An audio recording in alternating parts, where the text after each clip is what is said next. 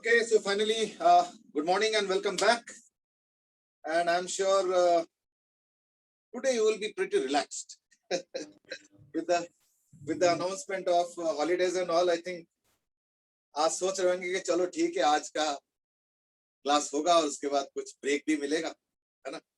And I'm sure you can consider it as a very surprising break. ये मुझे नहीं लगता है कि कल जब क्लासेस खत्म हुए होंगे 1 बजे के आसपास, उस समय तुम लोगों ने सोचा भी होगा कि ऐसे एक ब्रेक भी मिल सकता है suddenly out of the blue, है ना? वो क्या बोलते हैं ना हिंदी में,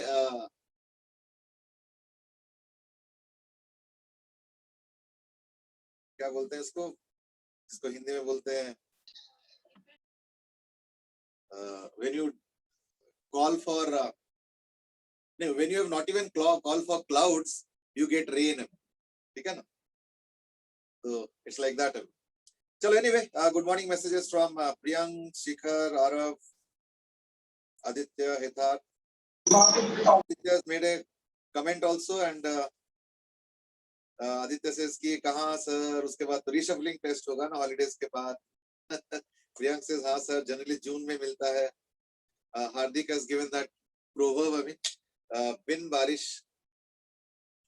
बारिश बरसात नहीं, बिन बादल बरसात है ना? So it's like that, I mean. Chalo, anyway, whatever it is. So I think kind of a happy situation, we can call it, that at least you are getting a break and you can enjoy. ठीक है ना? Okay, Hardik says कि थोड़ा गलत लिख दिया, चलो कोई नहीं. Arav says reshuffling जून में होगा. Actually ना देखो अभी ऐसा तो कोई खबर नहीं, लेकिन एक चीज मैं बता देता हूँ, reshuffling तभी हो पाएगा, reshuffling टेस्ट, जब ऑफलाइन क्लासेस हो. ठीक है ना? मतलब जब तुम लोग स्कूल में आओगे और स्कूल में क्लासेस करो तब reshuffling, उसके पहले नहीं. So you can be relaxed on that front. Reshuffling will happen only after break. ठीक है ना? Break means जब ऑफलाइन क्लासेस स्टार्ट. ठीक है? चलो anyway, today's agenda. ठीक है? Today's agenda is actually twofold. सबसे पहले करेंगे an instrument, and that is vernier calipers. और उसके बाद कुछ लिफ्ट टाइप के क्वेश्चंस कैसे सॉल्व करना होता है वो भी देखेंगे, या रिवर्स भी कर सकते हैं. पहले लिफ्ट वाले क्वेश्चन डिस्कस कर लेते हैं ना, तो पहले लिफ्ट वाला सिचुएशन डिस्कस कर लेते हैं, because we were discussing about relative motion last class. तो लिफ्ट वाला जो है ना रिलेटिव मोशन का एक एक्सटेंशन है, या कह सकते हो कि इसका एक एग्जांपल है. I think it would be good to start with relative motion, isn't it? चलो तो let's start. Suppose I say that there is a lift and the lift is at rest. The lift is at rest. तो अगर मान लो एक बंदा है और मान लो लिफ्ट इज सपोज 5 मीटर्स. वैसे इतना बड़ा लिफ्ट होता नहीं, बट कोई नहीं, मानने में क्या जाता. And this person is having a stone. ठीक है ना? This person is having a stone which is being thrown in. It can be thrown up, it can be thrown down. But the question is that easy question to start with, कितना velocity से throw करना चाहिए so that it avoids the roof and falls on ground. यानी you have to find out Q max to fall on ground without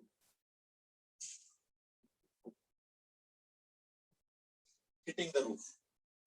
That's the question. यानी बिना roof को hit किए तुमको लिफ्ट के फ्लोर पे पत्थर को गिराना है, तो क्या चाहिए? So what is the U max? यानी मैक्सिमम कितना वेलोसिटी थ्रो कर सकते हो to fall on ground without hitting the roof? Go ahead.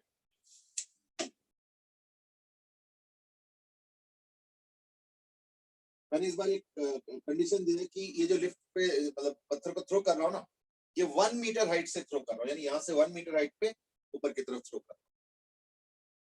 चलो ठीक है. देखो इसके आंसर तो बहुत आसान है. आंसर इसलिए आसान है क्योंकि देखो हमें पता है कि अगर एक पत्थर को u वेलोसिटी से थ्रो करो, तो let's say if you throw something with a u velocity, u speed, so the maximum height it reaches h is equal to u square by 2g.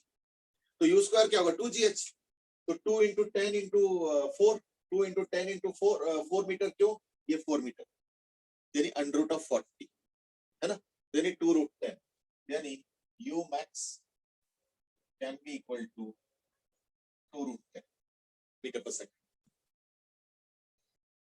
2gh height 4 metre, g 10 ले रहा हूं मैं, है ना, तो वो चीज आ गई, तो यानी height is equal to u square by 2g होता है, तो u max हो गया 2gh का अंडर रूट, तो आंसर आ गया रूट 40. सिंप्लीफाई करो तो you can make it 2 root 10 और व्हाटएवर वे यू वांट. ठीक है, ये क्वेश्चन काफी आसान हो जाता है अगर मान लो लिफ्ट रेस्ट पे, बट मान लो लिफ्ट रेस्ट पे नहीं है, ठीक है ना, लिफ्ट रेस्ट पे नहीं है. Suppose the lift is moving up with an acceleration of suppose sir root 80 नहीं होगा, रूट 18 होना चाहिए. अच्छा अच्छा, put to the 8 root 8 sir 4 root 5 हो. सर 4 रूट 5 आएगा. ठीक है, मैंने गलत लिखा, ठीक, मैंने गलत लिखा, तो like the correct answer to this question will be 4 root 5. ठीक है, वो मैंने गलत कैलकुलेशन किया माइंड में, तो the correct answer is 4 root 5 and you know that was the previous question. अब तो वो खत्म हो गया, अब लिफ्ट का एक्सेलेरेशन भी है, जैसे पत्थर तुमने थ्रो किया ना उसी टाइम लिफ्ट भी एक्सेलेरेट करके जा रहा है. Now what is the maximum velocity with which you can throw the stone with respect to ground?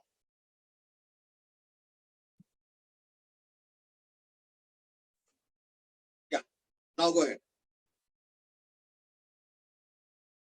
Question वही है कि u max to fall on the ground, ground मतलब floor actually, ground is not a very good word actually, floor without hitting the roof. Okay, अब सबके answers आ गए, कुछ answers 4 root 7 भी आया है, 4 root 3 भी आया है, कुछ लोग 4 root 7 भी दे.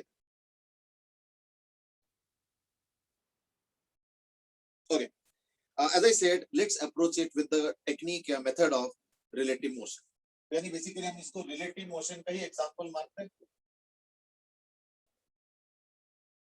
तो हम लोग यूज करेंगे इक्वेशन ये, v रिलेटिव का square is equal to u relative square plus 2a relative into s relative.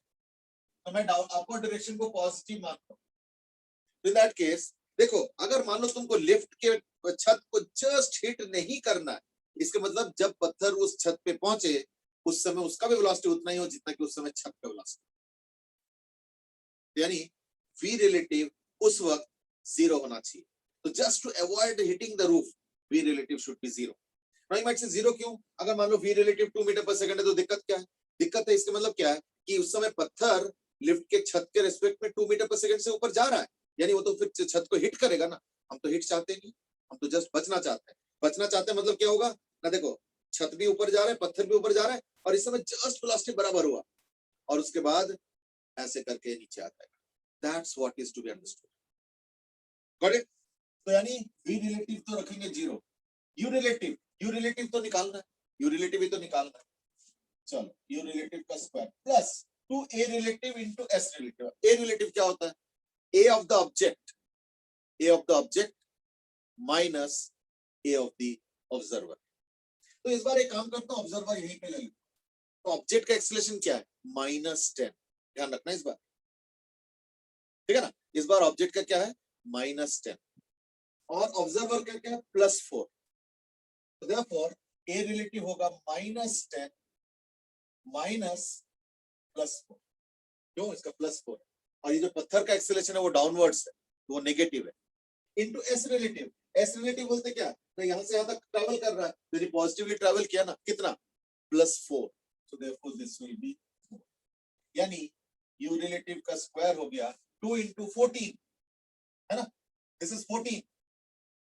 तो 14 into 4 is 56 into 2 यानी 112, यानी 112 का अंडर. तो u रिलेटिव कितना हो गया? 112 का under. That is what the case is. So I think 4 root 7 is the correct answer. तो therefore दो टाइप के आंसर आए हुए हैं, 4√3 आधे आए हुए हैं, 4√7 भी आधे आधे आए हुए हैं। तो 4√7 is the correct answer and not 4√3। वैसे शुरू में 4√3 वाले ज्यादा आंसर्स आ रहे थे। अच्छा, एक 4√5 भी आया हुआ है, नहीं वो तो नहीं होगा। 4√3 वाले पहले ज्यादा आ रहे थे, अब बाद में देख रहा हूँ कि 4√7। चलो ठीक, डन, ओके। अब मैं क्वेश्चन को थोड़ा चेंज कर रहा हूँ, थोड़ा ध्यान से देख। This time the question is that the lift is going down with 16 meter per second square. ठीक है, और क्वेश्चन इस बार नीचे की तरफ थ्रो कर रहा हूं। क्वेश्चन इस बार क्या है? U max to hit the roof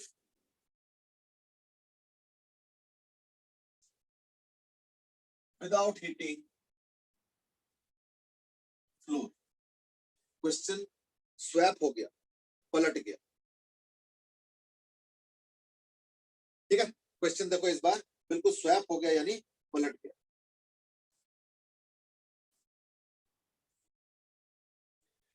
Akshay ने आस्क्ड कि लिफ्ट का एक्सेलरेशन आपने नेगेटिव क्यों ले लिया? ठीक है, देखो लिफ्ट का एक्सेलरेशन कौन करा रहा है? एक्सेलरेशन ड्यू टू ग्रेविटी, और जी डाउनवर्ड्स है यानी नेगेटिव। That's it. प्रथम ने इसका आंसर दे दिया, that is 2√3। Saurabh is given 4√3, Aryan 2√3, Prasuk 2√3। अब देख रहा हूं मैं कि 2√3 और 4√3 के बीच में डुएल है। अच्छा नहीं, सबका मोरलेस 2√3 आ रहा है। ठीक, देखता हूं।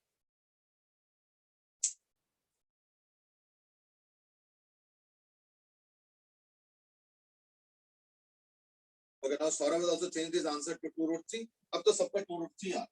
चलो ठीक।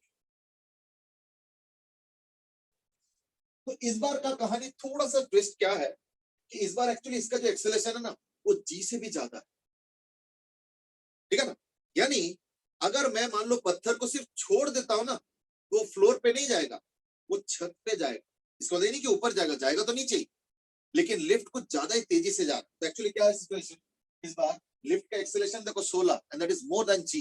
यानी अगर ये लिफ्ट है, ये पत्थर है, तो थोड़ी देर बाद देखना लिफ्ट यहाँ पे आ गया और पत्थर यहाँ चला गया। यानी पत्थर तो इतना डिस्टेंस कवर किया, लेकिन लिफ्ट ने कुछ ज्यादा डिस्टेंस कवर किया। रीजन बीइंग दैट कि लिफ्ट का एक्सेलरेशन 16 है, वो जी से भी ज्यादा है। तो देयरफॉर अगर सिर्फ पत्थर को छोड़ दोगे, तो in that case relative to the lift वो नीचे नहीं जाएगा, ऊपर जाएगा। हाँ, रिलेटिव टू द ग्राउंड तो नीचे जाएगा। देखो गया तो नीचे है ना, पत्थर यहाँ से यहाँ नीचे ही तो है, लेकिन वो जो लिफ्ट है वो इतना जल्दी तेज आ गया कि लिफ्ट के छत पे जाके पत्थर हिट कर रहा है rather than lift के फ्लोर पे। But that who is the culprit? That's because the acceleration is more.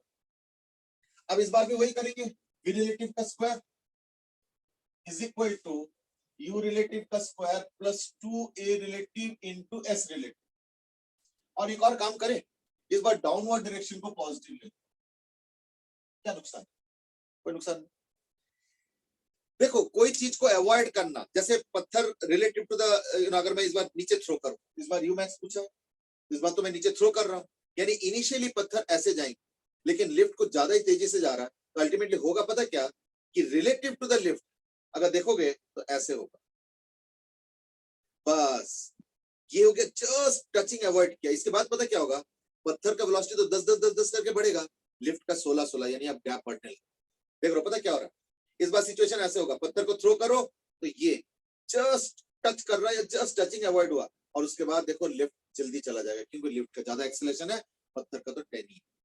यानी इस बार भी अगर जस्ट अवॉइड करना है, तो जिस समय ये ऑलमोस्ट टचिंग पे गया है, उस समय दोनों का वेलोसिटी बराबर, यानी v रिलेटिव का स्क्वायर फिर से 0 लूंगा, is equal to u relative का स्क्वायर। अब u रिलेटिव क्या होगा, है ना? तो u रिलेटिव तो निकालना है। चलो भाई, तो यानी u रिलेटिव स्क्वायर प्लस 2 ना a रिलेटिव क्या होगा? a relative is a of the object, which is in this case plus 10। क्योंकि मैंने डाउनवर्ड डायरेक्शन पॉजिटिव लिया, तो एक्सेलरेशन इस बार plus 10 minus acceleration observer, observer बोलते कौन है? लिफ्ट, तो माइनस 16 इनटू s रिलेटिव। इस बार s रिलेटिव तो 1 ही मीटर हुआ। क्यों? क्योंकि ऑब्जेक्ट यहां से स्टार्ट करेगा, लिफ्ट के नीचे तक जा रहा है, तो दैट्स ओनली 1 मीटर, यानी इनटू 1। यानी क्या हो गया फिर, so therefore you have u relative का स्क्वायर है ना इज इक्वल टू ये -6 है into 2 यानी 12, यानी u relative हो गया इक्वल टू 2√3 मीटर पर सेकंड। बिल्कुल सही, ठीक है। इसमें ग्रेविटी और एक्सेलरेशन सेम डायरेक्शन में होंगी ना? हाँ, इस बार एक्सेलरेशन दोनों सेम डायरेक्शन, क्योंकि सर फिर आपने माइनस क्यों किया है? ग्रेविटी भी नीचे की तरफ और लिफ्ट भी नीचे। हाँ, कुछ बोल रहे थे? फिर आपने माइनस क्यों किया है? नहीं, ये तो रिलेटिव के लिए। रिलेटिव क्या होता है? Acceleration of object minus acceleration of observer. तो ऑब्जेक्ट का भी पॉजिटिव, ऑब्जर्वर का भी पॉजिटिव, पर फॉर्मूला क्या है? Acceleration of object minus acceleration of observer. वो माइनस 16 के साथ माइनस नहीं है, वो फॉर्मूला का माइनस। 16 तो प्लस ही है, ये एक्चुअली ऐसे है। हम तो ए रिलेटिव लिख रहे हैं ना। ए रिलेटिव क्या होता है? Acceleration of object minus acceleration of observer, वो माइनस फॉर्मूला का माइनस। क्वांटिटी तो अभी प्लस ही है। देखो ना, अगर ये क्वांटिटी प्लस नहीं होता तो फिर तो यहाँ पे ब्रैकेट के अंदर एक और माइनस रखता हूं, वो तो नहीं रखा ना, दैट्स व्हाई। ठीक है, एक बार चेक कर लो। सर वो आपने 10 क्यों लिया है? वो तो 4 था उधर, एक्सेलरेशन से जो फेंका है। नहीं, एक्सेलरेशन देखो, एक बार अगर तुमने पत्थर को फेंक दिया, उसके बाद तुम्हारे हाथ में एक्सेलरेशन नहीं, पत्थर का एक्सेलरेशन अब सिर्फ ग्रेविटी के नहीं कारण। सर, आपने ये 4 मीटर पर सेकंड, वो पिछले क्वेश्चन का था क्या? वो पिछले क्वेश्चन का था, अब तो मिटा दिया ना, वो वैल्यू मिटाना भूल गया था। अच्छा, ठीक है ना। देखो, पत्थर को अगर 4 मीटर पर सेकंड स्क्वायर से करना पड़ेगा ना, इन दैट केस तो फिर पत्थर को हाथ से रिलीज नहीं कर सकते, फिर तुमको खुद 4 मीटर पर सेकंड स्क्वायर कुछ कराना पड़ेगा हाथ में रख के, क्योंकि हाथ से छोड़ दोगे ना तो वो फिर जी हो पाएगा उसका, और कुछ नहीं हो पाएगा। ठीक है। नाउ सौरभ has asked कि अगर मान लो मैं नीचे की तरफ नेगेटिव ना लेके, सॉरी पॉजिटिव ना लेके अगर मैं नेगेटिव लेता तो, सुनो एक चीज सुनो, मैंने इस बार नीचे की तरफ पॉजिटिव लेके सारे क्वांटिटीज के वैल्यूज को, ठीक है। अगर तुम ऊपर की तरफ पॉजिटिव लोगे तो सारे वैल्यूज नेगेटिव होते, यानी अगर जो नेगेटिव है वो पॉजिटिव हो जाएगा, जो पॉजिटिव हो नेगेटिव, इसलिए इक्वेशन में कहीं कोई फर्क नहीं, तो there won't be any difference in the equation per se. ठीक है ना, दैट्स ऑल। चलो, so that was about your relative motion in case of a lift. बाकी अगर कितने देर में हिट करना है, इस तरीके के अगर कोई क्वेश्चंस हो, that can be now solve, है ना, easily.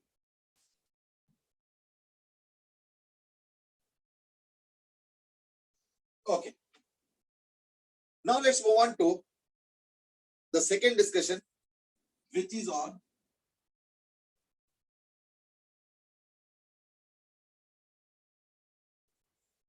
Vernier callipers. Vernier calliper क्या है ना? तो vernier calliper is actually instrument which is used to measure value smaller than a millimeter. Now you might say millimeter तो खुद बहुत कंजेस्टेड है, तो मिलीमीटर के अंदर का भी रीडिंग हम कैसे मेजर कर सकते? तो देखो, इंस्ट्रूमेंट के अंदर कैलिब्रेशन करके तो मिलीमीटर के अंदर का मेजरमेंट, क्यों? Because millimetre is already so thin कि उसके अंदर भी एक और निशान लगाना and all, it's not a good thing, क्योंकि वो इतना करीब हो जाएंगे ना कि हम फिर वो रीडिंग लेने में दिक्कत है। देखो, ultimately there has to be some practicability also, इसलिए वो तरीका तो सही नहीं है और वो चलेगा भी। फिर हम क्या करें? Now in this case a very interesting method is used and let's understand that. तो उसके लिए पता क्या किया जाता है? एक फ्रेम लिया जाता है, which is somewhat like this, एक फ्रेम ऐसे टाइप का होता है और एक जनरली एल्यूमिनियम का बनता है, ऐसे एक फ्रेम, एक मेटेलिक फ्रेम है, शीट टाइप का, थोड़ा मोटे होते हैं सो दैट बेंड वेंड ना हो जाए, और यहाँ पे एक स्केल लिखा रहता है, ये 0 हो गया, फिर ऐसे करके, है ना, फिर ऐसे जो भी है, अब समझ जाओ, ये पूरा स्केल है। इस स्केल को हम लोग बोलते हैं एज मेन स्केल, और इस स्केल का जो रीडिंग होगा उसको हम लोग बोलेंगे मेन स्केल रीडिंग। तो MSR का मतलब हुआ मेन स्केल रीडिंग। ठीक है, बड़ा सिंपल चीज है, कोई ज्यादा कठिन नहीं है। अब क्या किया जाता है? एक और मूवेबल चीज को डाल दिया जाता है इसके ऊपर। तो वो क्या होता है ना, वो ऐसे ऐसे होता है, ठीक है? ये ऐसे करके ये जो चीजें है ना पूरा, ये तो एक सिंगल फ्रेम हुआ, ये इसके साथ अटैच किया जाता है इन मैनर कि पूरा मूव कर सकते, पूरा बॉडी फ्रेम मूव कर सकते। नॉइमैट से मूव करके फायदा क्या है, देखो तुमको इसके अंदर ऑब्जेक्ट को फिट करना है जिसका मेजरमेंट्स करना। तो ऑब्वियसली अगर एक ऑब्जेक्ट ऐसे लेते हो तो इन दैट केस की वजह से इसके अंदर फिट करो तो क्या होगा, बॉडी शिफ्ट हो जाएगा। यानी क्या होगा, ये जो स्केल है ये थोड़ा सा शिफ्ट हो जाएगा, ठीक है, और उसी से रीडिंग बनता है। ये जो स्केल है इसको हम लोग बोलते हैं वर्नियर। तो यहाँ पे भी एक थोड़ा सा गैप टाइप का रहता है ऐसे करके, और यहाँ पे भी एक स्केल रहता है, ठीक है ना, यहाँ पे भी एक स्केल रहता है नीचे, ये इस सेकेंड वाले पे मूवेबल वाले पे रहता है, ये जो है मूवेबल वाले पे रहता है, ये वाला तो कुछ ऐसे ऐसे टाइप का होता है, मूवेबल टाइप। और इस स्केल को हम लोग बोल देंगे आज वर्नियर स्केल, और इसी में ही सब कुछ छुपा हुआ। अभी क्या है वो अभी डिस्कस करेंगे। वर्नियर स्केल के हिसाब से भी कुछ रीडिंग आता है, तो that will be called as vernier scale reading.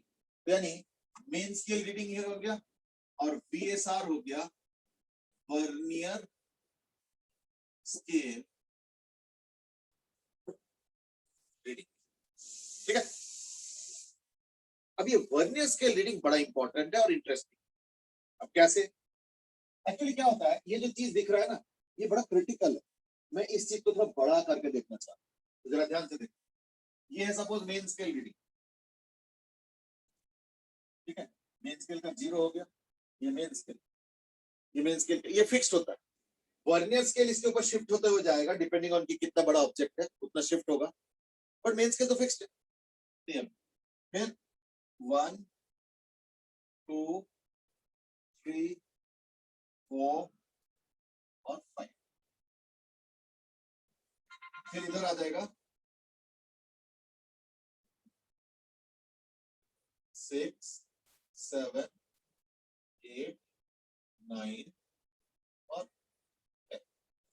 So this is the main scale. 1 2 3 4 5 with 6 7 8 9 10. So there are 10 divisions. But the interesting part is that जो वर्नियर स्केल है वो बड़ा इंटरेस्टिंग है, कि उसका अगर 0 को 0 साथ कोइंसाइड करो ना तो ये हो गया वर्नियर स्केल। ऊपर का स्केल फिक्स रहता है, नीचे का स्केल ही मूव करता जाता है। जैसे जैसे ऑब्जेक्ट का साइज बड़ा और छोटा होगा तो ये लेफ्ट राइट मूव।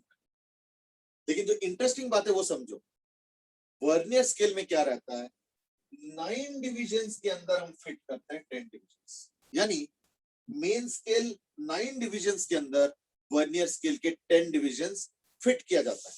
तो इसका मतलब क्या हुआ कि एक एक डिवीजन क्या हुआ 9/10, तो ये पहला वाला डिवीजन आएगा, फिर दूसरा वाला आएगा, फिर तीसरा वाला आएगा, तो देखो थोड़ा गैप चेंज होता जा रहा है ना, फिर चौथा वाला आएगा, फिर यहाँ पे पांचवा वाला आएगा, हो गया। उसके बाद छठा आएगा, फिर सातवां, फिर आठवां, फिर नौवां और फिर 10वां। यानी ध्यान से समझो, इसमें क्या हो रहा है कि एक एक रीडिंग कितना हुआ 9/10 मिलीमीटर का हुआ, जबकि इसका एक एक रीडिंग कितना हुआ 1 मिलीमीटर। यानी समझो इसका मतलब ये हुआ कि वर्नियर स्केल का एक डिवीजन 9/10 मिलीमीटर और मेन स्केल का एक डिवीजन 1 मिलीमीटर। तो मैं इससे हमें क्या फायदा है, बेनिफिट है ना, यहीं पे तो इंटरेस्टिंग बात है। अब समझो इसका मतलब दोनों के बीच का गैप कितना होगा, एक एक रीडिंग के बीच का गैप कितना होगा 1/10 मिलीमीटर। तो माइंड से ठीक है, इससे हमें क्या बेनिफिट है, बेनिफिट ये है कि अब जरा समझो, अगर मैं इसके बीच में अगर एक 1/10 मिलीमीटर के एक ऑब्जेक्ट रखता हूं, लेट्स मैं एक एग्जांपल ले रहा हूं, तो पहले तो दोनों का स्केल का जो इनको टीथ बोलते हैं, टीथ चिपका हुआ है क्योंकि कोई ऑब्जेक्ट तो था नहीं। तो जब कोई ऑब्जेक्ट नहीं था तो इसका 0 और 0 कोइंसाइड कर रहा। अब जरा सोचो, अगर मैं एक 1/10 मिलीमीटर का ऑब्जेक्ट यहाँ पे रख दूं तो इन दैट केस क्या होगा, vernier scale will shift by 1/10 millimetre. तो ध्यान से समझना इसको, यानी the vernier scale will shift by 1/10 millimetre has to, जितना ऑब्जेक्ट रखोगे उतना ही वर्नियर स्केल शिफ्ट हो जाता है। मेन स्केल तो फिक्स्ड है। तो अब अगर समझो कि अगर ये पूरा स्केल 1/10 शिफ्ट हो जाए तो यहाँ के बीच का गैप तो 1/10 है, यानी ये वाला जो पहला रीडिंग है ये इसके साथ कोइंसाइड कर जाएगा। दैट इज वेरी क्रिटिकल, क्योंकि थोड़ा और एक लॉजिक लगाता हूं। मान लो तुम कहते हो नहीं 1/10 नहीं, मैं तो 2/10 का साइज का ऑब्जेक्ट रखूं, तो जरा समझो ये रीडिंग 2 मिलीमीटर और ये रीडिंग क्या है 2 × 9/10 यानी 18/10, तो यानी ये कितना हो गया 2/10 मिलीमीटर। यानी अगर तुम 2/10 मिलीमीटर का ऑब्जेक्ट यहाँ पे रखते हो तो जो सेकेंड वाला है वो अब इसके साथ कोइंसाइड करता है। फर्स्ट वाला अब नहीं करेगा, फर्स्ट वाला थोड़ा पार कर जाएगा। अब क्या होगा सेकेंड वाला कोइंसाइड करेगा। और अगर यहाँ पे 3/10 मिलीमीटर का ऑब्जेक्ट रखते हो तो देखो थर्ड वाला कोइंसाइड कर जाएगा। 4/10 का ऑब्जेक्ट रखते हो तो फोर्थ वाला कोइंसाइड कर जाएगा। यानी देख रहे हो 1/10, 2/10, 3/10, 4/10 ये मेजरमेंट्स भी तुम कर सकते हैं। इसके मतलब क्यों? क्योंकि जो कोइंसाइड कर रहा है वही इंटू 1/10 इज द रीडिंग हमें, है ना। अच्छा ये तो हो गया फ्रैक्शनल वाला पार्ट। सर हाँ सर अगर 1/10 होगा तो सारी तो करना है ना कोइंसाइड। सारा नहीं करेगा, क्यों? क्योंकि ये 9/10 है, ये 18/10। अगर 1/10 शिफ्ट करोगे तो 18/10 वाला क्या होगा प्लस 1/10 यानी 19/10 हुआ। 2 मिलीमीटर नहीं हुआ, 2 मिलीमीटर तो 20/10। अगर 2 दिन मिलेगा यानी अगर तुम 1/10 मिलीमीटर का शिफ्ट करोगे तो दैट केस सिर्फ पहला वाला रीडिंग कोइंसाइड करेगा और बाकी थोड़ा करीब आ जाएंगे, जितना दूर था उससे करीब आ जाएंगे। अगर तुमने 2/10 का ऑब्जेक्ट रखा तो दैट केस क्या होगा पता है 1/10 वाला पार कर जाएगा थोड़ा सा, और जो सेकेंड वाला है वो कोइंसाइड करेगा और थर्ड वाला करीब पहुंच जाएगा। अगर 3/10 का रखोगे तो 1/10 वाला और ज्यादा पार करेगा, 2/10 वाला थोड़ा सा पार करेगा और 3/10 वाला देखो थर्ड डिवीजन जो है कोइंसाइड कर जाएगा। यानी कोइंसाइड वाला जो पॉइंट है वही तुम्हारा रीडिंग में सहारा या हेल्प कर, and that is what the interesting point. यानी ये वर्नियर स्केल से रीडिंग कितना आ रहा है, the vernier scale division into 1/10। अगर मान लो फोर्थ वाला कोइंसाइड कर रहा है यानी 4 × 1/10 का रीडिंग है, सेवंथ वाला कोइंसाइड करे तो 7 × 1/10 वाला रीडिंग है, and so on. And that is how the vernier is helping us to take readings even less than 1 millimetre. यानी 1/10 मिलीमीटर के मल्टीपल में भी अब हम रीडिंग ले सकते हैं। 1/10 के मिलीमीटर के मल्टीपल में भी इसके मतलब हम रीडिंग ले सकते हैं, and that is what the crux of the matter. But अभी रुको, अभी कहानी में ट्विस्ट और है, मतलब खत्म नहीं हुआ। अच्छा सपोज मेरे पास एक ऑब्जेक्ट है जो कि है 4 मिलीमीटर प्लस 1/10, तो थोड़ा सोचो जरा क्या होगा 4 मिलीमीटर प्लस 1/10। यानी अगर ऑब्जेक्ट सिर्फ 4 मिलीमीटर का होता तो दैट केस क्या होता, ये पूरा वर्नियर स्केल 4 मिलीमीटर शिफ्ट होता, यानी 1 2 3 4, यानी वर्नियर स्केल 0 अब यहाँ पे वर्नियर स्केल। और मेरे पास जो ऑब्जेक्ट है वो 4 मिलीमीटर नहीं है, 4 मिलीमीटर प्लस 1/10, तो क्या होगा ये 0 वाला पार्ट फिर थोड़ा शिफ्ट हो जाएगा। लेकिन जो पहला रीडिंग है वो भी तो शिफ्ट होकर फिर क्या होगा ना इसके साथ कोइंसाइड करेगा। यानी अगर बड़े ऑब्जेक्ट्स भी हुआ ना तो क्या होगा, मेन स्केल वाला अलग रीडिंग है जो कि बॉडी के मोटापे पे डिपेंड करेगा कि कितना शिफ्ट हुआ है, प्लस एक वर्नियर स्केल वाले का अपना कंट्रीब्यूशन है। यानी फाइनली रीडिंग क्या बनेगा, रीडिंग बनेगा main scale reading plus vernier scale reading, ये बनेगा रीडिंग। सर ये 4 + 1/10 वाला फिर से बता दीजिए। अच्छा 1/10 वाला इसलिए क्योंकि देखो एक एक रीडिंग जो है 9/10 तक, तो अगर मान लो पहला रीडिंग 1/10 शिफ्ट करेगा तो कोइंसाइड करेगा। तो अगर मान लो पहला रीडिंग 9/10 का है और दूसरे का भी 9/10, तो टोटल कितना होगा 18/10, और ऊपर वाला कितना है 20/10, ये 2 है, तो 2/10 का गैप है। तो यानी अगर ऑब्जेक्ट 2/10 का साइज का होगा तो सेकंड वाला डिवीजन कोइंसाइड कर जाएगा। यानी सारा देखना 1/10 मिलीमीटर के मल्टीपल में। थर्ड वाला कोइंसाइड कर रहा है मतलब 3/10, फोर्थ वाला कोइंसाइड कर रहा है मतलब 4/10, फिफ्थ वाला कोइंसाइड कर रहा है मतलब 5/10। इसी तरीके से रीडिंग हो जाएगा वर्नियर स्केल का कंट्रीब्यूशन। मैं वो 4 + 1/10 वाला पूछ रहा था सर, वो अब आपने 4 वो इसलिए कर मैंने दिया। बोला 4 इसलिए मैंने बोला कि 4 मिलीमीटर तो पहले बॉडी शिफ्ट हुआ है, बॉडी का जो साइज के वजह से वर्नियर स्केल 0 शिफ्ट हुआ, फिर 1/10 शिफ्ट हुआ।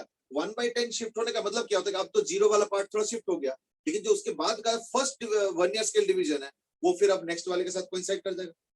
यानी अब 2 रीडिंग्स आ रहा है, एक मेन स्केल वाला रीडिंग वो तो डिपेंड करता है कि वर्नियर स्केल को कितना शिफ्ट किया गया to accommodate that body, plus एक वर्नियर स्केल का अपना कंट्रीब्यूशन भी आ रहा है, और मैं उसी को लिखने वाला हूँ that will be equal to main scale reading plus, अब वर्नियर स्केल रीडिंग का कंट्रीब्यूशन कहाँ से आएगा ना, उसका जो रीडिंग है वो है क्या ना, जो कोइंसाइड कर रहा है, तो उसको हम लोग बोलते हैं VSD, वर्नियर स्केल डिवीजन, जो कि कोइंसाइड कर रहा है, तो plus VSD into we define a quantity called as least count. In this case least count क्या है ना, in this case अगर देखोगे तो least count क्या हो गया 1/10 मिलीमीटर, ठीक है, तो यानी ये जो होता है इसको हम लोग बोलते हैं लीस्ट काउंट।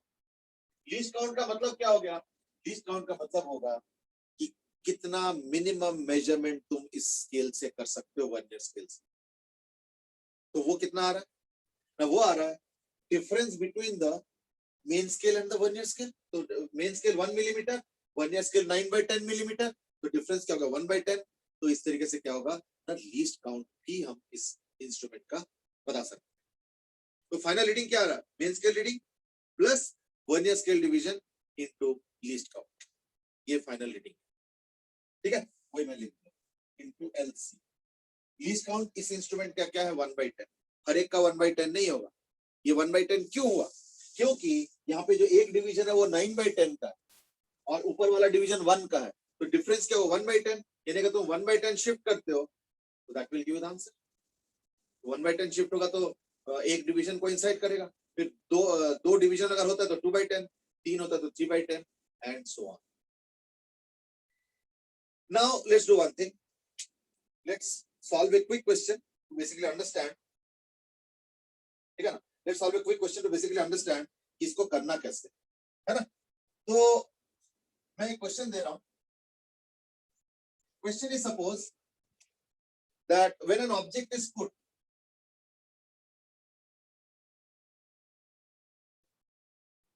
तो जो वर्नियर स्केल 0 है, वर्नियर स्केल 0 है ना, has crossed the 7 millimeter mark and third vernier scale division is coinciding.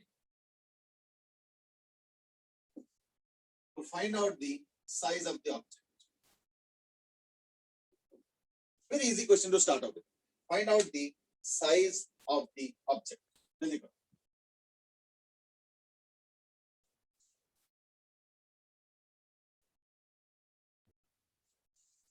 Find out the size of the object. Very easy question. Saurabh, Hitak, Aditya, Akshad, Priyank, everybody has given the correct answer and that is 7.3 millimeter. बिल्कुल सही है। तो ये इस बार का जो reading है वो है 7 millimeter plus the third division of the vernier scale division is coinciding, यानी 3/10, तो 7 plus 3/10 यानी 7.3 millimeter. First class. But अभी रुको, अब हम थोड़ा सा इस पे ट्विस्ट डालना शुरू करें, ठीक है। चलो नेक्स्ट क्वेश्चन समझो। Next question is that 2-3 facts given है। Fact number 1 that 14 main scale division corresponds to 15 vernier scale division. इस बार वो 10 वाला नहीं है, इस बार कुछ और हिसाब। 14 मेन स्केल डिवीजन के अंदर हमने 15 वर्नियर स्केल डिवीजन फिट किया। चलो ठीक है। Number 2, after object is put, यानी ऑब्जेक्ट रखने के बाद क्या हो रहा है, vernier scale 0 is to the left of, ठीक है ना, 12 millimeter mark and vernier scale division is equal to 6 coincides.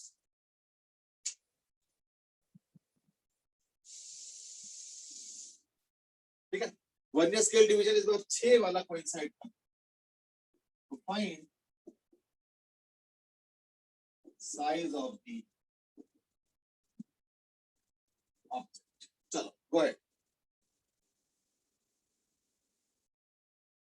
और कोशिश करो कि सिंपलीफाई भी मत करो, वो अगर कैंसिल वैंसिल हो रहा है ना तो सिंपलीफाई करोगे तो फिर उसके लिए भी फिर मुझे कैलकुलेट करने पड़ेंगे। इससे अच्छा कि रॉ फॉर्म में दे दो, इतना प्लस इतना। Okay, Saurabh 12 plus 5.6 by 15, Aditya Bhatia 11.4, प्रथम Sharma 37.3, Aditya Bhatia 11 plus 6 by 15. Okay, Priyank Agarwal 12 plus 6 by 15. Arnab has said 12 minus 6 by 15. Okay, that's interesting. Shaurya Chaudhary 11 plus 6 by 15. Chalo. That's more or less the list of answers that I'm getting.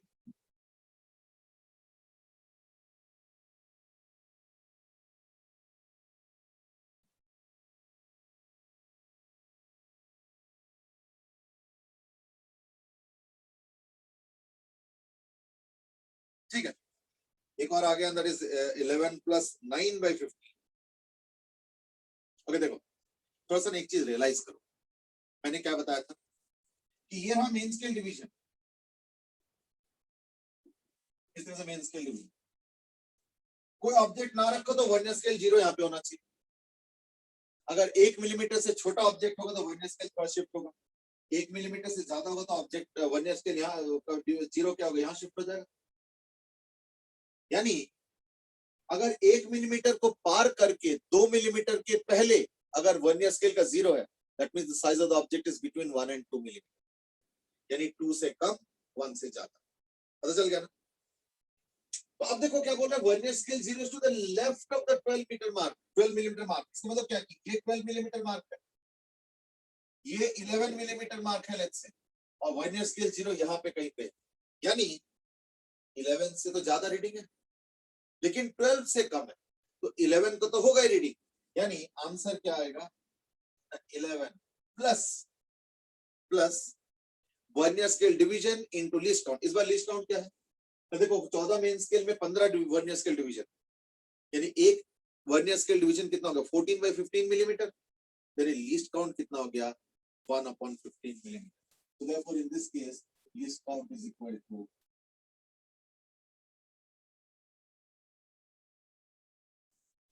1/15 millimetre, इस बार 1/10 और ऊपर से 6 का reading है, यानी vernier scale division into least count, यानी plus 6/15। अब उसको सिंपलीफाई करना है तो कर लो, it's up to you, but this is what the answer is. अब उसको जैसे 3 से करके 2/5 हो जाएगा, and all those things, that is something that you can do. I mean, that's up to you. I'm not stopping you from doing that, but I think this is good enough.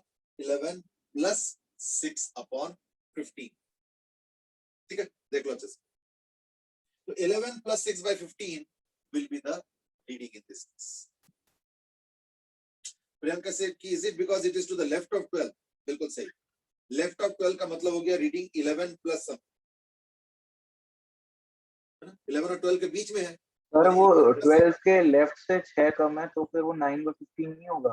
नहीं, समझे नहीं, इसका मतलब समझो, vernier scale वाला तो हिसाब अलग है, वर्नियर स्केल वाला तो जो कोइंसाइड करता है उतना एक्स्ट्रा इनटू लीस्ट काउंट है, वो एक अलग हिसाब है।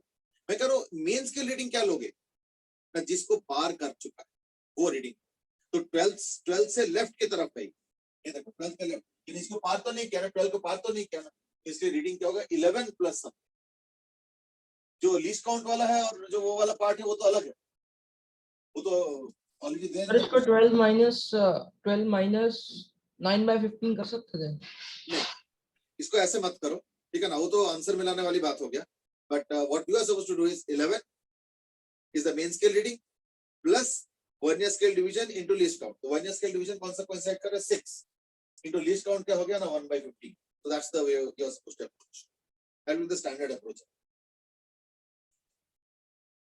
अब नेक्स्ट देखो एक इंस्ट्रूमेंट को, खास करके वर्नियर कैलिपर को यूज करते करते, क्योंकि इसमें स्लाइड कराना होता है, मैंने दिखाया ना कि एक बॉडी होता है और उसके ऊपर से वर्नियर स्केल वाला स्लाइड कराता है। स्लाइड करते करते क्या होता है, धीरे धीरे देखा जाता है कि दोनों के 0 कोइंसाइड नहीं कर रहा है जिस समय कोई ऑब्जेक्ट।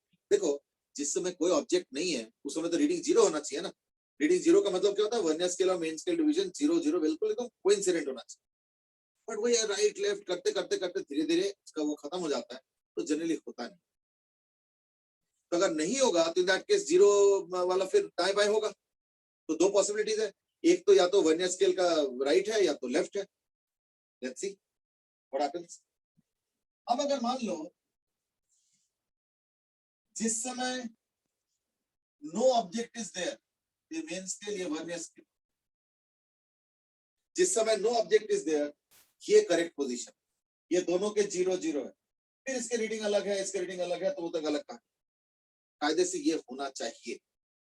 बट सपोज ये नहीं है तो then we call it as a zero error. Zero error कैसे हो सकता है कि टुवर्ड्स द राइट हो जाए,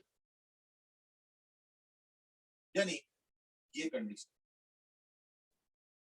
यानी अब जब कोई ऑब्जेक्ट नहीं है अब कोइंसाइड नहीं कर रहा, so this is when no object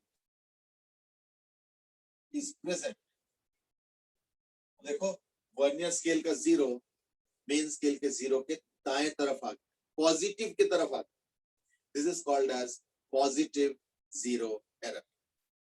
ठीक है, अब ये जीरो एरर जो आ गया इसका मतलब समझो, इसका मतलब वर्नियर स्केल डिवीजन ऑलरेडी थोड़ा शिफ्ट हो चुका है, जबकि कोई ऑब्जेक्ट है ही नहीं, यानी रीडिंग आ चुका है जबकि कोई ऑब्जेक्ट रखा ही नहीं। तो यानी एक्स्ट्रा रीडिंग है, इसका मतलब कोई ऑब्जेक्ट रखा नहीं तभी अगर रीडिंग आ चुका है, तो जब ऑब्जेक्ट रखोगे तो वो वाला रीडिंग प्लस ऑब्जेक्ट के रखने के चक्कर में रीडिंग एक्स्ट्रा, यानी क्या होगा, जो अब आए रीडिंग आएगा वो तो ऑब्जेक्ट के एक्चुअल साइज से ज्यादा रीडिंग आ जाएगा ना, यानी क्या होगा उस चीज को हमें फिर माइनस कर, यानी फिर फाइनली मैं क्या लिखूंगा, ना फाइनली जो रीडिंग आएगा वो आएगा main scale reading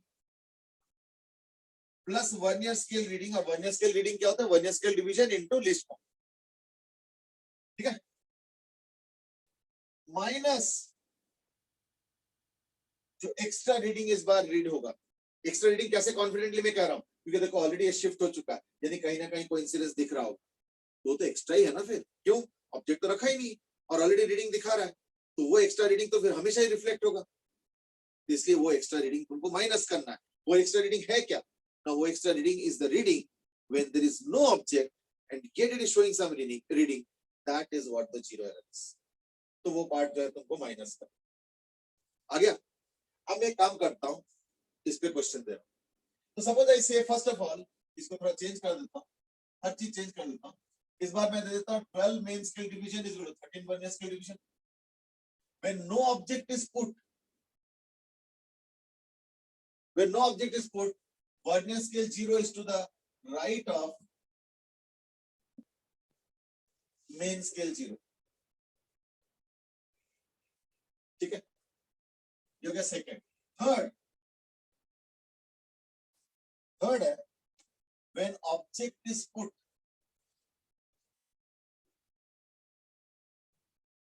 then the vernier scale 0 is to the left of 22 millimeter mark।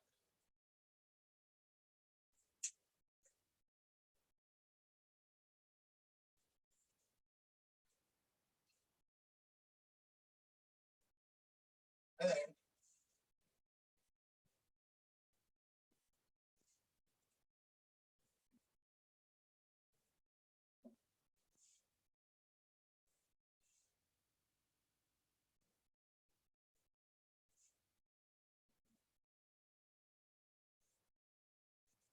ये सारी चीजें गिवन है। Now you have to find the size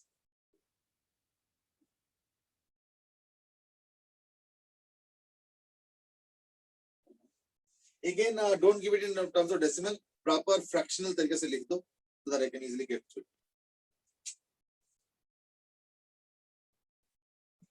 Okay, we've got some prompt answers। 21 plus 5 by 13, 21 plus 11 by 13 minus 6 by 13, and that is equal to 21 plus 5 by 13।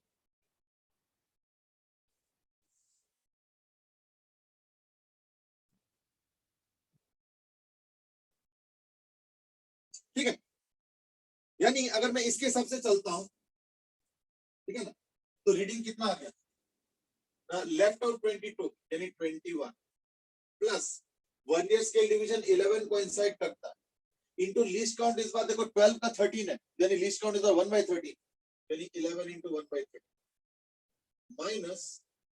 minus vernier scale division 6 coincide कर रहा है जबकि no object is there, यानी यही zero error का definition, minus 6/13 and that is equal to 2 plus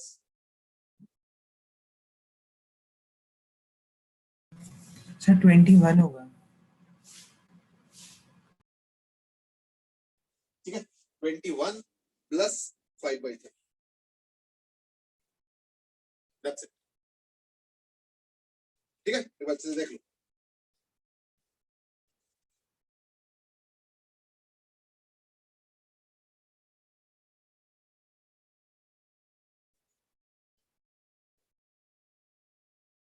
Fine. Now that was about positive zero error। अब हम देखेंगे नेगेटिव जीरो एरर। अब नेगेटिव जीरो एरर का क्या है? As I said zero error तो जीरो एरर, जरूरी थोड़ी कि जिस समय कोई ऑब्जेक्ट नहीं है उस समय zero towards the right of main scale division of the main scale zero होगा, लेफ्ट भी हो सकता है। चलो अब मैं चेंज कर दिया, इसको थोड़ा सा चेंज कर देता हूं, इसको कर देता हूं 11 और 12। when no object is put, vernier scale 0 is to the left of main scale 0 and 8 vernier scale is equal to 8 is suppose coinciding। ठीक है, when object is put, the vernier scale 0 is to the right of 9 millimeter mark and vernier scale division is equal to 5 coincides। Find the size of the object।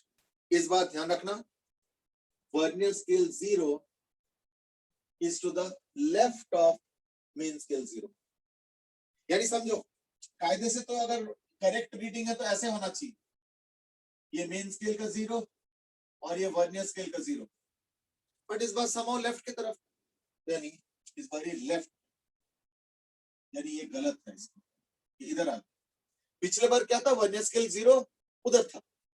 अच्छा अब इसका मतलब समझो, इसका मतलब पता क्या है कि अगर मान लो ये सपोज है 3/10 मिलीमीटर, सपोज, मतलब मैं एग्जांपल ले रहा हूं, सपोज ये है 3/10 मिलीमीटर, सपोज ये है 3/10 मिलीमीटर, इसका मतलब समझो, इसका मतलब अगर तुमने 3/10 मिलीमीटर का ऑब्जेक्ट रखा तब जाके रीडिंग 0 दिखाएगा, है ना, तब ना ये 3/10 शिफ्ट होके इसके नीचे आएगा, यानी तब जाके रीडिंग 0 दिखाएगा, यानी समझ रहे हो ना, 3/10 का डेफिसिट रीडिंग आएगा हमेशा, क्योंकि अगर मान लो 3/10 का ऑब्जेक्ट रखते हो तो 0 रीडिंग दिखाएगा, अगर 4/10 का ऑब्जेक्ट रखते हो तो 1/10 का दिखाएगा, ये चीज है। यानी इस बार रीडिंग कम हो रहा है, या रीडिंग कम आएंगे अगर तुम जीरो एरर का ध्यान नहीं दोगे तो, यानी अब इस बार जीरो एरर ऐड हो जाएगा।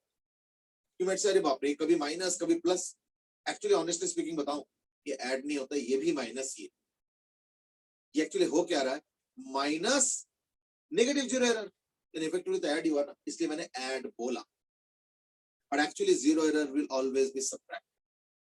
अगर पॉजिटिव जीरो एरर होता है तो यानी subtraction will be subtraction only, और अगर नेगेटिव जीरो एरर होता है तो कहने के लिए सबट्रैक्शन है but of a negative quantity, then effectively positive हो जाएगा, तो like that thing we must have visualised already. चलो ऑलरेडी आंसर आ चुके हैं, शिखर ओके, अलग अलग आंसर्स आ रहे हैं। पहले आंसर आ रहा है 9 + 13/12, आदित्य भाटिया, 10 + 13/12, 9 + 1/2, मान्या आर्यरा 9 + 13/12, 9 + 13/12, रोज, शिखर, अच्छा ज्यादा आंसर वही आ रहा है 9 + 13/12, नहीं कुछ 10 + 13/12 भी आया। ओके सो प्रथम, आरव, शौर्य, आदित्य, प्रियंक, शिखर, अच्छा आरव ने आंसर चेंज भी किया, मान्या, रोज, शिखर, मुकुंद, सौरभ, प्रियंक, बड़े सारे आंसर्स आए हुए हैं, and that is 9 + 13/12 is the most dominating answer। अच्छा प्रियंक से इसके एक्चुअली 9 + 13/12 को मैंने 10 + 1/12 लिखा, चलो that's your choice, no problem। Okay, Aditya has also given the same answer and that is 9 + 13/12। Okay, chalo, now let's enter a very important discussion। थोड़ा समझो।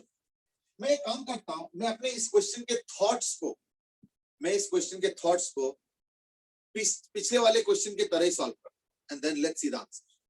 पहली बात तो when object is put then vernier scale 0 is to the right of 9 millimeter mark, यानी 9 से right है, यानी 9 का रीडिंग है। अगर 10 से लेफ्ट होता तो भी 9 का रीडिंग होता, तो ये 9 है प्लस वर्नियर स्केल डिवीजन 5 है अपॉन इस बार 11 मेन स्केल डिवीजन 12 के बराबर, यानी लीस्ट काउंट इस बार है 1/12 माइनस, अब जीरो एरर क्या है ना 8, क्योंकि vernier scale 0 is to the left of main scale 0 and vernier scale division 8, तो उसको कई ने सब लोगों ने क्या किया -8/12 कर दिया, तो 8 + 5 13, so that's how people are getting 9 + 13/12 millimeter. I think सबका ये आ रहा है 9 + 13/12, 9 + 13/12, 9 + 13. No, Kritika has said no, it will be 9 - 3/12. Okay, चलो whatever, मैं अभी देखता हूँ, उस पर अभी डिस्कशन करता हूँ। Kritika you got a different answer, I don't know why, तो एक बार एक्सप्लेन भी कर देना। अच्छा, लगभग सबका ये आंसर है, तो like let's not fiddle anymore. ये शुरू में कुछ 10 वाला भी आंसर आ रहा, तो 10 नहीं होगा, 9 ही, ठीक। बाकी अगर बाई चांस फाइनल आंसर 10 आ जाए तो एक अलग बात है, बट लिखूंगा तो इसी तरीके से 9 + 5/12 - 0 error, that's what we are supposed to write. चलो ठीक है, अब ध्यान से सुनो, और ये जो मैं अभी डिस्कशन कर रहा हूं ये थोड़ा सा ट्रिकी भी है और बहुत इंटरेस्टिंग, तो ध्यान से सुनो। मैं इस क्वेश्चन को मिटा देता हूं कि हमारे पास डेटा तो आ ही चुका है, तो like you will remember the data की जगह चाहिए।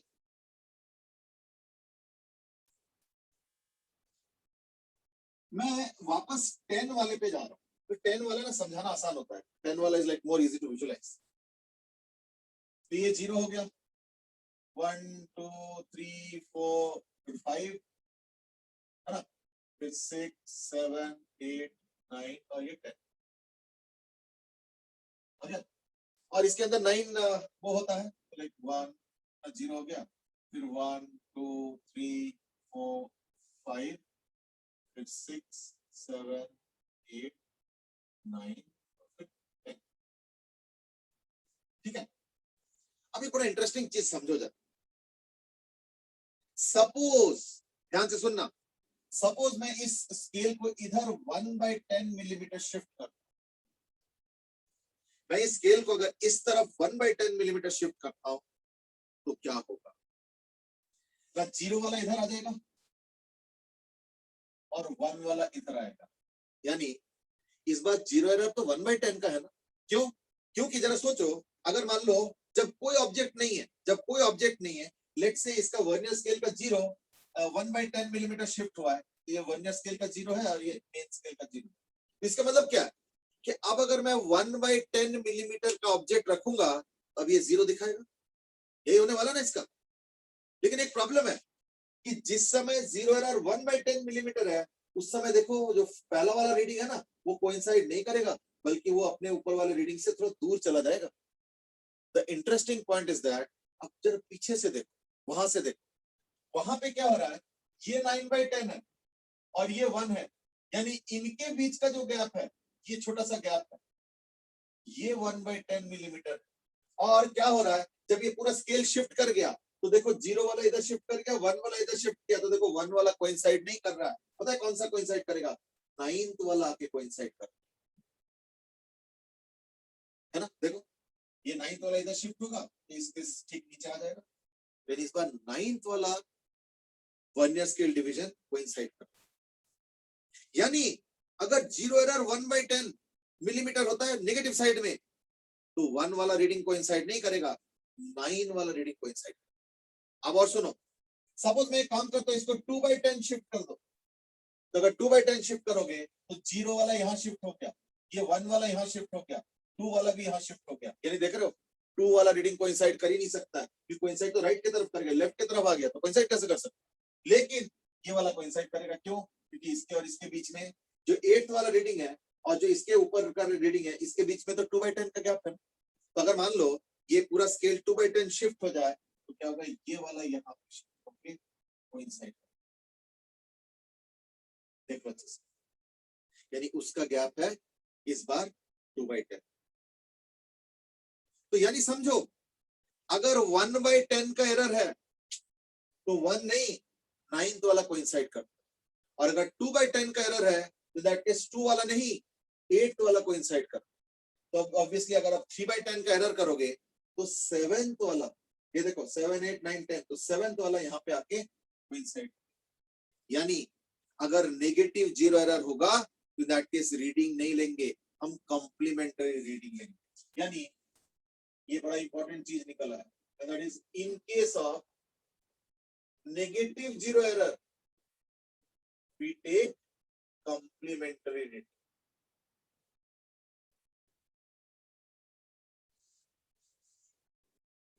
और उसको नेगेटिव मानेंगे और फिर माइनस करेंगे तो इफेक्टिवली प्लस हो जाएगा, वो एक अलग कहानी, समझो ना, वो एक अलग कहानी है। But the point is that what are we doing, we are supposed to take the complementary reading. देखो 1/10 शिफ्ट होता है तो 9th वाला कोइंसाइड करता है, 2/10 शिफ्ट होता है तो 8th वाला कोइंसाइड करता है, एंड सो ऑन। अब समझ में आ गया ना, है ना? इसके मतलब क्या हुआ कि यहाँ पे मॉडिफिकेशन करने पड़ेंगे। तो मैंने पिछले बार दिया था कि सपोज 8th वाला रीडिंग कोइंसाइड कर रहा है, तो मैंने पिछले बार बोला था कि सपोज 8th वाला रीडिंग कोइंसाइड कर रहा है, तो 8th वाला रीडिंग कोइंसाइड का मतलब क्या हुआ, हमें कॉम्प्लीमेंट्री रीडिंग लेना, क्योंकि उसमें 11 डिविजन्स में 12 डिविजन्स था। तो अगर 8th कोइंसाइड कर रहा है ना तो हमें कॉम्प्लीमेंट्री यानी 4th वाला 4 का रीडिंग लेना है, यानी 4/12 हो जाएगा उसका करेक्शन, और -4/12 होगा जो कि इफेक्टिवली +4/12, यानी ये 8 नहीं हो जाएगा, अभी हो जाएगा 4/12।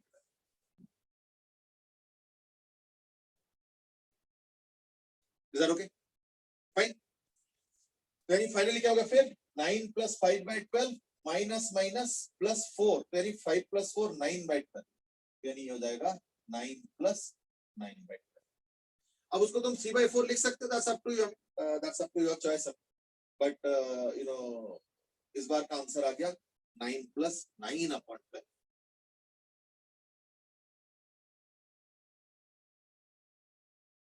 ये आंसर वैसे किसी का आया नहीं था, वही चेक कर रहा, नहीं ये आंसर किसी का नहीं आया। तो चलो एक काम करो, एक और क्वेश्चन कर लेते हैं एग्जैक्टली इसी टाइप का, तो दैट थोड़ा सा वो नेगेटिव 0 एरर का रीडिंग का यू नो इंटरप्रेशन का एक माइंडसेट बनता है ना। तो give one last question, I hope ये कॉम्प्लीमेंट्री वाला पार्ट ओके है, किसी को दिक्कत तो नहीं है कॉम्प्लीमेंट्री को लेके? अब सुनो last question of the day, and that is when no object is there, जब कोई ऑब्जेक्ट नहीं है उस समय क्या हो रहा है, vernier scale 0 is to the left of main scale 0, and 5th vernier scale division suppose coincides. Okay, ये दिया हुआ जब कोई ऑब्जेक्ट नहीं है तब की बात कर रहा हूं मैं, ध्यान रखना। और दिया हुआ है that 15 main scale division is corresponding to 16 vernier scale division, ये दिया। फिर दिया हुआ है when object is put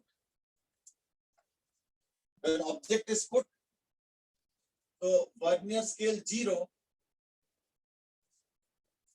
is to the left of 9 millimeter mark,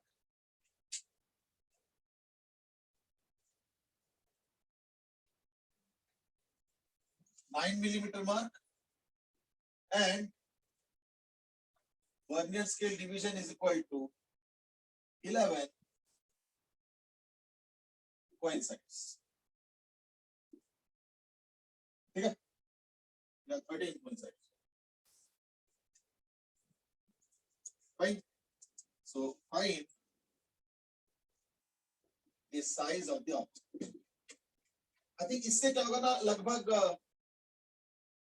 इस क्वेश्चन से क्या होगा ना, लगभग सब कुछ कवर हो जाएगा जो हमने अभी आज डिस्कस किया। चलो go ahead. Gaurav has given the answer is exactly 10 millimeter. Okay, let's see. Mukund has given 8 plus 22 by 16. Okay, two answers already. दो आंसर ऑलरेडी आ चुका है।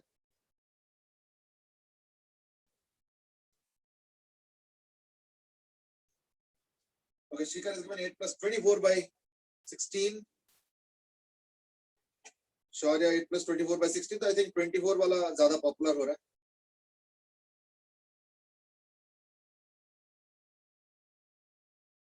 Arav has now changed the answer to 8 plus 24 by 16. Aiza also 8 plus 24 by 16. So I think now we are gradually converging to that 8 plus 24 by 16 wala answer. है ना? चलो ठीक। Now let me start the discussion. First of all,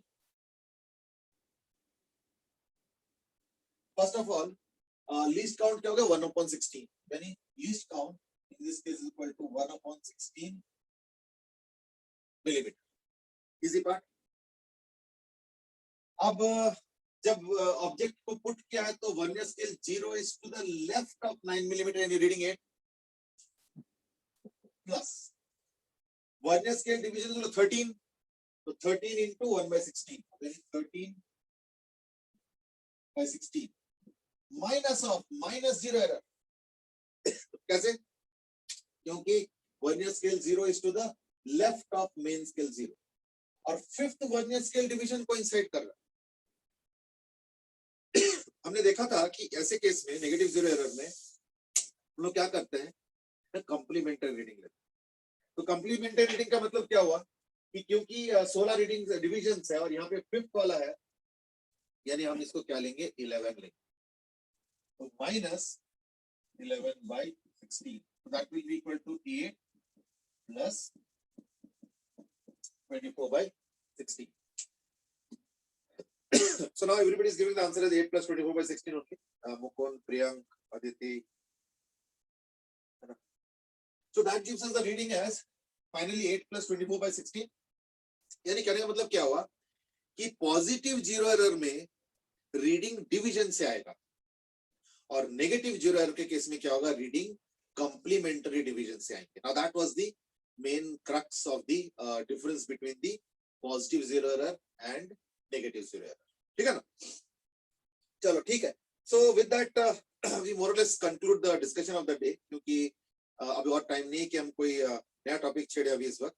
We have just covered the fundamental discussion on vernier caliper. वैसे एक और instrument भी है, that is screw gauge, जो कि इसी के जैसे मिलता जुलता है, बट वो और ज्यादा डिटेल में जाता है. मतलब जैसे least count of vernier calliper generally जो इंस्ट्रूमेंट्स मिलता है, डिवाइसेस मिलते हैं मार्केट में, वो 1/10 मिलीमीटर का होता है, और जो स्क्रू गेज होता है उसका जो लीस्ट काउंट होता है वो जनरली अराउंड 1/100 मिलीमीटर का. So like that's obviously then comparatively if you look at more accurate, है ना, और ज्यादा डिटेल तक उसका कैलकुलेशन होता है.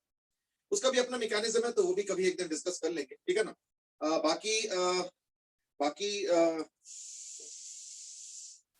बाकी जो है ना, क्योंकि हम लोगों ने 1D मोशन तो लगभग खत्म कर ही लिया है और साथ में ये भी कर लिया, तो what you can do is that now you can complete HC Verma, that first 1 or 2 chapters जो मेजरमेंट और वेक्टर्स के ऊपर है, और काइनेमेटिक्स के 2D का क्वेश्चन आई थिंक शायद 30-35 से कहीं से स्टार्ट होता है. तो I think till around 30 questions you can do for HC Verma now. ठीक है ना? आई थिंक शायद 30 या 32 से शायद 30 के आसपास से शायद 2D मोशन स्टार्ट होता है. तो 2D मोशन वाला तो अभी हमने स्टार्ट नहीं किया, तो 2D मोशन वाला part that will do after the summer vacations, but तब तक ये सारे कर सकते हो. और उधर जो फर्स्ट चैप्टर है, यानी वो जो मेजरमेंट, वेक्टर, एरर वेरर टाइप का जो चैप्टर है, उसका भी अब तुम लोग कंप्लीट कर सकते हो. उसमें सब कुछ हो चुका है, मैथ्स भी हो चुका है, वेक्टर भी हो चुका है, एरर भी हो चुका है, और डायमेंशंस वगैरह जो भी चाहिए होता है वो सब हो चुका है. ठीक है ना? So you can do that. So that would be some kind of a mini summer holidays के homework. Plus मैं कुछ extra homework भी दूंगा. Just wait for 1 or 2 days, and then you will get some extra homework also. तो वो भी solve करना है. ठीक है ना? So that would be more or less the summer vacations agenda में. और मैं इतना ही कहूँगा is that समर हॉलीडेज को वेस्ट भी मत कर दो, इन द सेंस कि ठीक है enjoy yourself, no doubt with the lockdown and all things are slightly stressed out, तो इसलिए थोड़ा सा एंजॉय करो, absolutely no problem, you should enjoy, you have got the right to do so, but थोड़ा सा एकेडमिक को भी ध्यान रखो, है ना? Okay, Arav has already said, sir, happy holidays. Same to all of you. Enjoy the holidays. Aryan has asked कि reshuffling test will be, what will be the syllabus? देखो reshuffling test के लिए काफी पहले से announcement होगा, ऐसे नहीं कि reshuffling test बोल दिया और you know 2-3 days बाद test होगा, ऐसे नहीं है. और reshuffling test अगर होगा तो in that, अगर होगा, पहली बात तो होगा यानी guaranteed नहीं, क्योंकि last year तो उस तरीके से कुछ खास हुआ नहीं था, लेकिन अगर होगा तो in that case offline होगा. तो जब तक ऑफलाइन क्लासेस स्टार्ट नहीं होता है, यानी स्कूल में जाके जब तक क्लासेस स्टार्ट नहीं होता है, तब तक ये सब चीजें मुश्किल ही लगता है. तो like let's not jump the gun, ठीक है? Priyank has asked what about Kota question bank. देखो मैंने पहले ही बोला इज दैट एक एचसी वर्मा पहले कर लो और उसके बाद सेकंड कोई सा भी बुक कर लो, चाहे वो डीसी पांडे हो प्रॉब्लम बुक हो, बीएम शर्मा का प्रॉब्लम बुक हो, या कोटा क्वेश्चन बैंक हो, या कोई और अगर है तुम्हारे पास मटेरियल, है ना, जीवीटी जितना भी मटेरियल है, तो कोई एक मटेरियल और करना चाहिए complete other than HC Verma. उतने में तुम्हारा बेसिक ग्राउंडिंग अच्छे से हो जाएगा. यू नो उसके बाद रिवीजन भी जरूरी है, rather than going on solving too many sources. तो लाइक वो भी थोड़ा ध्यान रखना, ठीक है ना? तो that's how the point is. ठीक है, चलो आज के लिए इतना ही. Enjoy the summer holidays, have a nice time, and we will meet after the holidays. In the meanwhile, recharge your batteries to the full. We'll have similar discussions on other things post the summer break. ठीक है, bye bye, have a nice time, good day. Thank you, sir. Thank you, Happy- sir. Thank you, have a good day. Arvind सेठ की doubts पूछ सकते हैं? हाँ बिल्कुल, वो तो डाउट्स तो पूछते ही रहते हैं कुछ लोग जो है व्हाट्सएप पे ना, तो वो तो कंटिन्यू कर सकते हो, कोई दिक्कत नहीं, ठीक है? चलो okay, have a good day.